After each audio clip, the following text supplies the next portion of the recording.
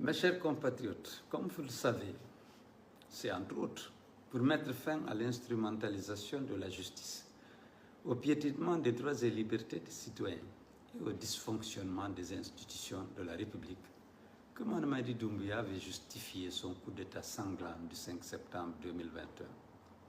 Aujourd'hui, 5 ans après, il est devenu le champion toute catégorie de la restriction des libertés publiques et de la violation des droits de l'homme. Le climat de terreur qu'il a instauré, marqué notamment par les disparitions forcées, l'assassinat impuni de jeunes manifestants, la mort suspecte en détention de personnalités civiles et militaires, continue d'endeuiller notre peuple. Il n'est un secret pour personne que la séparation du pouvoir et l'indépendance des institutions n'existent plus dans notre pays. La volonté de Mamadi Doumbouya s'impose à tous. Quant à la justice, elle n'a jamais été aussi caporalisée, bafouée et déshonorée que maintenant. Par respect pour le peuple martyr de Guinée, épris de justice et de vérité, je ne peux me taire face à la cabale politico-judiciaire montée de toutes pièces par un régime aux abois et visant M. Algassimou Diallo, un magistrat réputé d'une grande probité, et moi-même.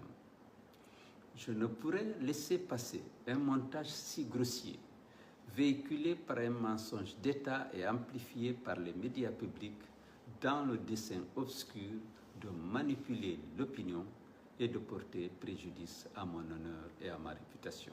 Je dis sans embâche ni équivoque. Je n'ai jamais parlé, ni au téléphone, ni de vive voix, à Algassimou Diallo, que je ne connais pas personnellement. En outre, je ne peux tenir les propos sectaires qu'on m'a attribués dans le fameux audio ou évoquer des projets de déstabilisation de la Guinée que je n'ai pas. J'ai une ligne et un projet politique clair, connu de tous, fondé sur l'éthique républicaine et le pari démocratique. Ceux qui ont sacrifié nos acquis démocratiques, détruit les fondements de notre nation, instrumentalisé à leur profit notre justice et qui se livrent impunément à la dilapidation de nos ressources et à la violation de nos droits et libertés, sont ceux-là qui veulent se faire passer aujourd'hui pour des objecteurs de conscience, des patriotes soucieux de la préservation de l'unité nationale et de la défense des libertés publiques, de la démocratie et de l'état de droit.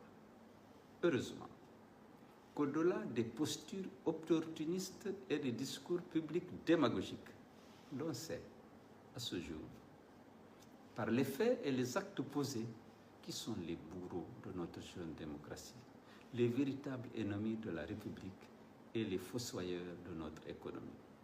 Personne n'ignore non plus qui, avec les rétrocommissions tirées de la surfacturation des contrats publics, d'octroi de licences et d'exonération indues ou de détournement pur et simple de deniers publics, se livrent à l'enrichissement personnel, à des constructions ou à des acquisitions d'immeubles de haut standing à Conakry, dans la sous-région ouest africaine, en Europe et en Amérique du Nord. Aucune inversion des charges ne sera possible. Mes chers compatriotes, j'en appelle à chacun et à tous à rester mobilisés et vigilants, à ne pas céder à la politique de diviser pour régner et à s'engager résolument pour le retour effectif à l'ordre constitutionnel. Aux usurpateurs du pouvoir politique fébrile et affolé, dépourvus de légitimité et agissant en toute illégalité, je rappelle cet adage. À force de crier au loup, on finit par le voir. Ensemble, unis et solidaires, nous vaincrons. À bas la dictature, vive la République, vive l'unité nationale.